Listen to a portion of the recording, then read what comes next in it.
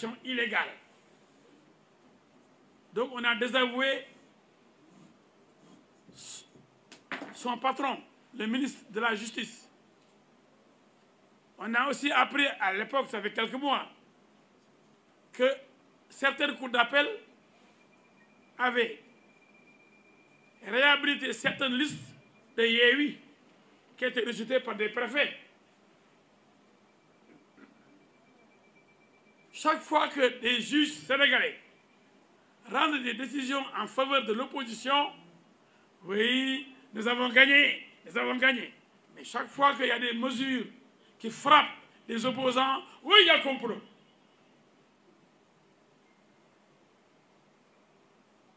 Il faut être cohérent.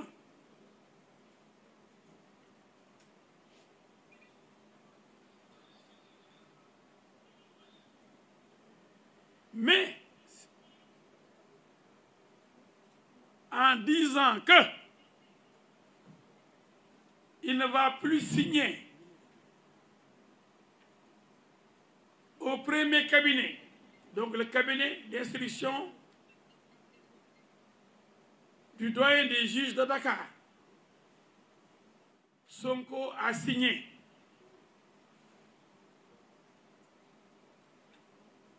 son emprisonnement. Et je demande à la justice de mon pays de ne pas être faible.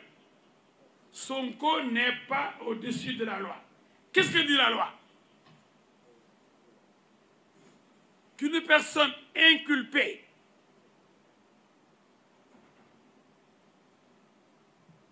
bénéficiant d'une liberté provisoire sous contrôle judiciaire, si cette personne viole l'obligation de signer,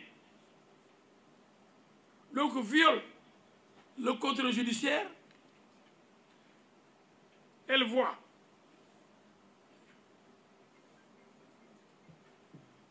ce contrôle judiciaire révoqué.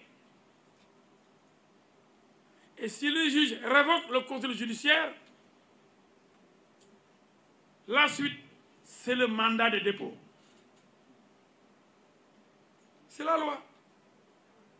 On vous donne une faveur.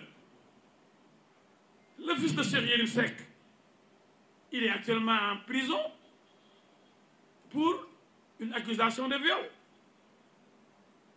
Comme vous le savez, le viol est criminalisé. En général, tous ceux qui sont accusés de viol sont placés sous mandat de dépôt. Parce que nous sommes en face d'un crime. Mais Sonko, contre toute attente, a bénéficié d'une liberté provisoire. Une faveur exceptionnelle. Assortie d'un contrôle judiciaire. Alors,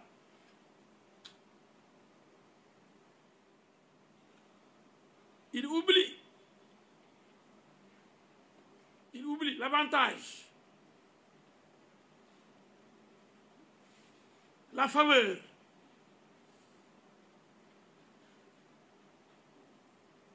qu'on lui a accordée alors qu'il devait aller en prison.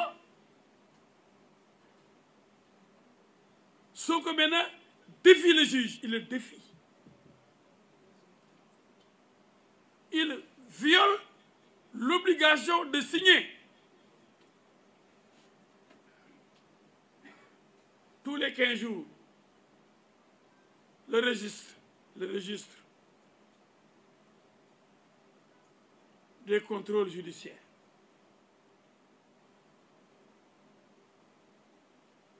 Quand on viole l'obligation de signer,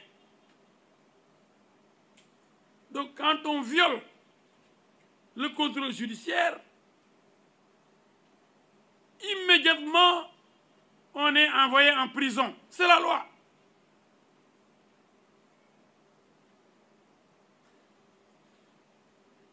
Mais comme vous le savez,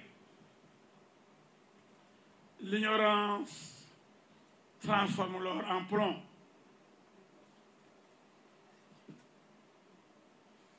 Comme le disait Victor Hugo, grand écrivain devant l'Éternel, grand poète écrivain, Victor Hugo. L'ignorance transforme l'or en plomb. Parce que l'homme est ignorant.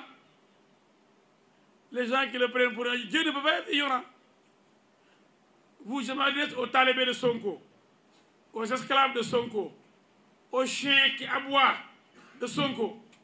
Votre roi, votre Dieu, il est nul. Et le président Ousmane Chimel Diouf l'a dit. Il dit que le classement sans suite, c'est au niveau du procureur.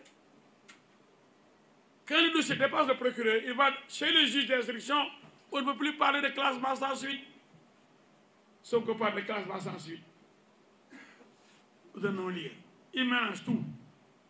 Le non-lieu, c'est au niveau du juge d'instruction. Mais dans le dossier d'Adji Sarr, on a dépassé le classement sans suite. En parlant de classement sans suite, Sonko étale son ignorance. C'est une coquille vide, Sonko. Il fait trop de bruit.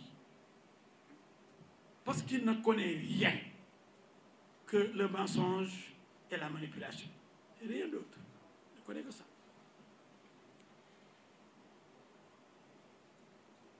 Maintenant, j'interpelle la justice du Sénégal. Si Sonko n'est pas arrêté et emprisonné pour violation de l'obligation de signer le registre des contrôles judiciaires, que personne n'aille plus en prison. On ne peut pas continuer à envoyer les gens en prison. Quelqu'un viole la loi, viole le contrôle judiciaire, prend le micro, la télévision pour dire « Signez-moi tous, je ne signe plus, je m'en fous de la justice. » Il faut que la justice s'applique, que la justice soit respectée. Il faut que force reste à la loi.